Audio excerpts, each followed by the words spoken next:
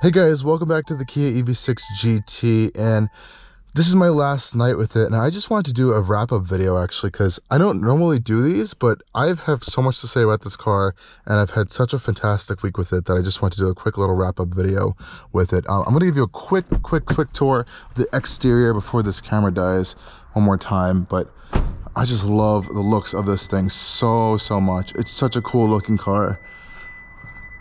We have runway red paint over here, 21-inch wheels, lime green calipers. We're running winter tires right now, actually. Normally it would come with a summer tire. I think it's just a fantastic looking EV. Really sleek and drags a lot of attention to it. We also have the pop-out door handles here as well. And check out that ambient lighting on the interior too. Especially with these seats are fantastic. They're GT exclusive sport bucket seats. I have grown to love them over this past week. I did drive for like 6 hours one day, but it did hurt a little bit. But normally they're super comfortable and super supportive. Let's go off on the drive. A little bit cold out. Turn heated steering wheel on, heated seats. They are manually adjustable seats, but actually I do prefer that. I'm not gonna lie. Quick access. I do have the sound on right now. I'm gonna turn that off so it doesn't annoy everyone in the video. Active sound design is not my favorite thing on the planet. Okay, I turned it off for you guys. Wow, a little bit of squeaking from those brakes. I never really used them.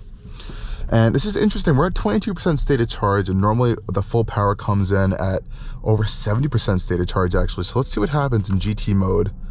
Trying to do a launch or something. Because normally you get full power when you have over 70%, but we're at 22% stated charge. So let's see what happens. Oh my gosh, still makes you sick, but you can definitely notice it is slower to 60 with a lower stated charge, and it doesn't feel as potent as it normally does. I'm gonna pop it back into sport mode for you guys, but I have definitely noticed that there's a reduction in power as you go lower in the state of charge range, but it doesn't even matter. This car is just fantastic to live with, that I don't even care about that too much. Obviously range is an issue with the EV6 GT version. Max, the EPA rating says around 206 miles. I think when I fully charged it, I got around 196 in that area. It was a little cold out. It's been like in the 40s, 30s in the past week over here in New York. So that could be a significant factor in reducing that range just a little bit more. I've also been using the heat because it's been so cold. So that could also help reduce the factor by like 3 or 4 miles of range. But it is still pretty quick. In my full video, you know, I talked about all the different drive modes. They all have different power levels. So sport, it's pretty powerful, but GT will still give you as much power as it possibly can. And the acceleration is always really fun. But I think what I've come to learn to love about this car over the past week is that it drives well. You know, it's a heavy car. It weighs around 4,800 pounds. Obviously you have that low center of gravity with the battery pack down there, but I think that Kia has done a really good job at managing that weight really well, putting the rear e-LSD to work, going around corners. It really does work. You can feel it when you're going through tight turns, and you always feel flat and planted. They really did a great job managing the body roll and just like the whole chassis of this vehicle. It's not just like a throw on some packages over a regular Kia EV6. They did a lot of stuff under the hood, under the skin, that really made this car tighter. Has adaptive suspension, adaptive dampers, adaptive steering. You can change the settings of the e-LSD. You can actually turn traction control completely off. They really do want you to have fun in this car, and I really do appreciate that from them.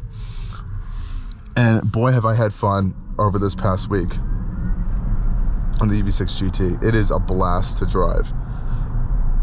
And it's also really comfortable when you don't need to be like zooming around all over the place. It's really quiet in here, and they've done a fantastic job at reducing wind noise outside. It's been really windy the past week as well, with some storms passing through, and you don't hear anything happening in here, which is fantastic. You can feel it from the wind pushing you around, but it's definitely really quiet in here, which I love. And just coming through the twisties too, even in eco mode, the car just drives fantastically.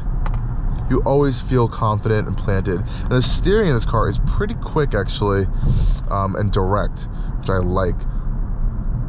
kind of get a sense of what's happening with the vehicle. Just some minor complaints, I think, over the course of this week, and it really doesn't even have to do with the driving experience. It's obviously EV charging networks are not really good. I have had multiple issues, actually not at Electrify America, but at EV Go, and I also had some issues using the new Tesla Magic Docks near me. Those just not connecting to the EV6. Another really big issue, besides charging networks, because that's kind of a widespread thing, is that this doesn't have wireless CarPlay or Android Auto, which is a little weird for such a high-tech car, especially in the world where that's kind of becoming like a commonplace thing. You have to hardwire it in through a regular USB-A port, not even the USB-C port that's available in this interior, and it's a really slow charging port, and it's really unfortunate because we have a really good wireless charger down on the center console, and you can't use it really if you want to use Apple CarPlay, so it kind of sucks. Again, just a minor complaint. Nonetheless, I really have had a fantastic week with the EV6, and obviously I don't want to give it back because it's so cool, but it's just a good car to drive. And I can assure you, if you go for a GT line or one of the other specifications, you'll be more than happy with your EV6. You're getting the looks, essentially, basically the same looks. You're getting almost all the tech that you're having in this one as well, minus obviously the crazy GT mode and that extra 576 horsepower you're getting. But the regular ones are still just as peppy and quick around town, and you're going to get a lot more range from those. So I'm really interested to drive actually the GT line one, which is really just this styling with less power and more range, which I think will be really interesting to drive. Even in the interior, it's pretty quiet. If you do hear rattling, it's probably like my keys or something. I think it's my phone actually rattling against the cup holders, so that's not even the car. But yeah, I really don't have a lot of complaints about this thing. It's just fantastic. It really is fantastic. And their adaptive smart cruise control system is just like, it's so good. And it's so easy to turn on. It reminds me of Volvo's system, so you just easily press a button and it's on and it works for you. Like, you're not supposed to obviously take your hands off the wheel in this one, but it's probably one of the most accurate and I guess confidence-inspiring systems I've ever used. Some of the systems are a little darty. It's gonna start warning me to put my hands on the wheel now, but other systems are a little darty, a little bit jumpy over the place. This one has really confidence-inspiring driving experience when you're using these smart cruise control systems, and I really think that's fantastic as well. And you know, around $62,000, it's a lot of money. It's definitely a lot of money, and for the range at around 206 miles max, it's might be a hard pill to swallow for some people, but I guarantee you, if you drive this thing once or twice and you live in an area where there's a lot of fast chargers and you can charge at home, I don't think this is a problem to get. And if you really do have an issue with the range, hop down to a GT line trim and sacrifice that extra little bit of power, because the EV6 in general as a platform is a fantastic EV. And of course, it shares its architecture with the Ioniq 5 and the Genesis version as well, and a whole bunch of other models that they're coming out with soon. So you're gonna have a lot of options as well. But for a first true dedicated EV platform from their company, Hyundai, Genesis, and Kia, this thing's just fantastic, and they really did a great job at making this whole thing work. And to send off this car one more time, we might as well do a drift mode. So pop it into GT mode, park, traction control completely off right there, and pull the two paddles to you. Drift mode activated, and obviously pop it into drive. So thank you guys for watching this video, and stay tuned for a lot more stuff coming up from Allcarnews. And I had a fantastic week with the Kia EV6 GT, and if you guys want one, definitely go check it out at the dealership, because it's an awesome car that can do donuts really easily.